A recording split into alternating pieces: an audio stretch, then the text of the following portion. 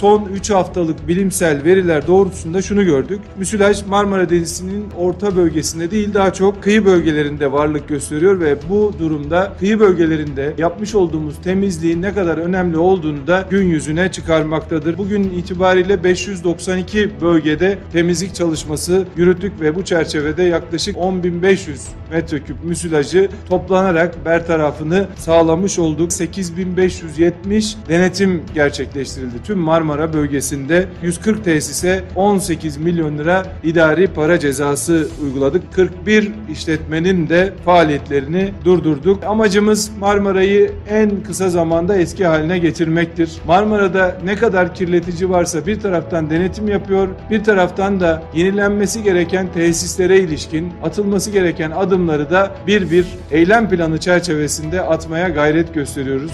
İnşallah el birliği içerisinde Marmara'mızı eski haline getirecek adımları atmaya devam edeceğiz.